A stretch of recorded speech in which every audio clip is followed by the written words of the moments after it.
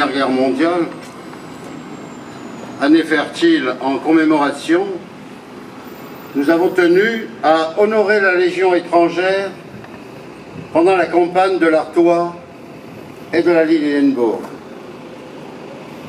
Il est évident que quand on n'a pas participé personnellement à certains faits, et l'on devine aisément pourquoi, il faut puiser dans des récits existants. Ces lignes sont largement inspirées de documents fournis par notre ami Alain Moinard et de la revue de l'Amicale des Anciens de la Légion étrangère.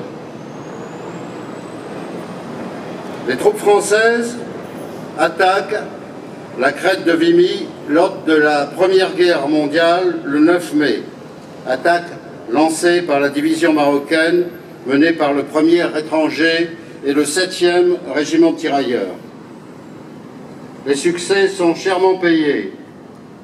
Pour les troupes engagées dont le 4e et 7e RTA, 8e Zouave, les pertes sont de 2260 officiers, dont 609 tués,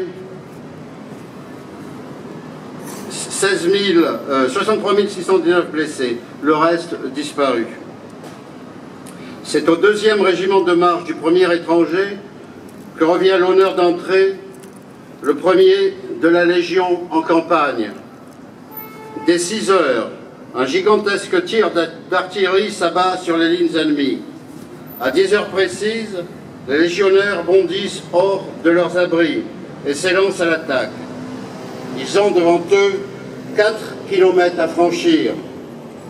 Le régiment monte à l'assaut des ouvrages blancs sur la côte 140 à proximité de Neuville-Saint-Vaast. L'adversaire, tapi dans des abris solides pendant l'infernal bombardement, est revenu à ses postes et se défend avec l'énergie du désespoir. Dans de telles conditions, la distance à parcourir est simplement effroyable. À quelques centaines de mètres des lignes allemandes, les mitrailleuses ennemies prennent sous le feu croisé les vagues d'assaut. Les 3/4 des officiers du bataillon C sont hors de combat. Le bataillon D, qui vient derrière, se charge du nettoyage et de l'occupation du terrain conquis avant de reprendre son ascension vers les crêtes. L'attaque progresse vers les sommets de la côte 140. C'est un chemin semé de morts. Les légionnaires tombent à chaque pas. Mais à 11h30, après 1h30 d'efforts héroïques, l'objectif est conquis. Le régiment a perdu son ancien chef, le colonel Pain, commandant de la 1re de la division marocaine. Tous ses chefs de bataillon, les commandants Muller, Gobert et Noiret, 50 officiers et 1889 sous-officiers légionnaires, 300 morts, 1000 blessés, 700 disparus, sur un total de 2900 hommes au départ. Sa conduite exemplaire est sanctionnée par une citation à l'ordre de l'armée. Du 1er au 14 septembre 1918, la ligne Hindenburg est l'offensive finale. La Légion participe à l'offensive sur la ligne Hindenburg.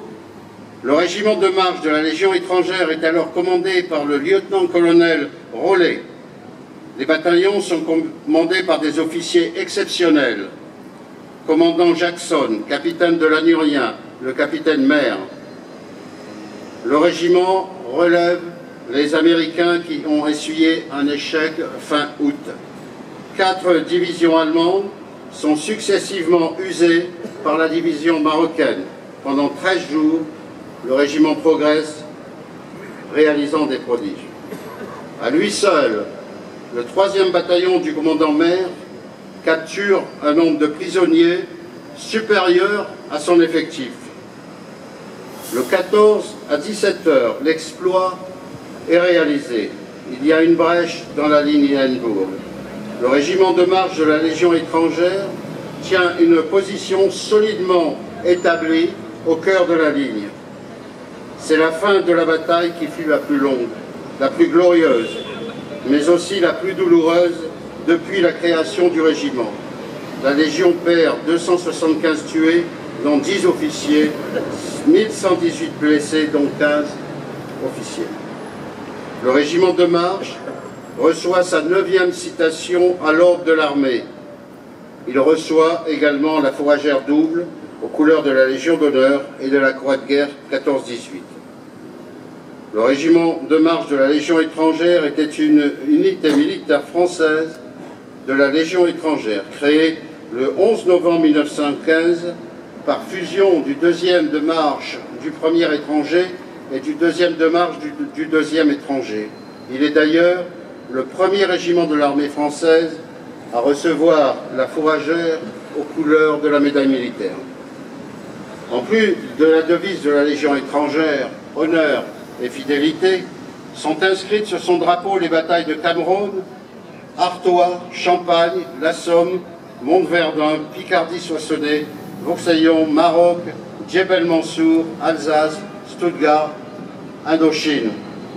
La paix, la liberté, la justice sont des biens importants qui sont encore menacés. Pour exercer notre devoir de mémoire, il nous faut connaître la vie et le message de celles et ceux qui ont marqué notre passé. Ils sont des points de repère, ils nous guident et nous n'avons plus qu'à suivre leur exemple. Et pour terminer, un court passage tiré du journal intime d'une fiancée qui dit ceci sur son livre. « Comme les autres, il partit. Comme les autres, il fit ses classes. Comme les autres, il partit se battre. Mais la guerre a tout vieilli en un jour. Mais la guerre a tout séparé. La guerre n'attend pas. Pourtant, il faut être fort, car c'est le devoir. Quand ce mot-là se fait entendre, il faut savoir être brave et pourtant partir. » Colombe et ses anciens combattants sont honorés de recevoir aujourd'hui les anciens de la Légion étrangère. Soyez-en tous remerciés.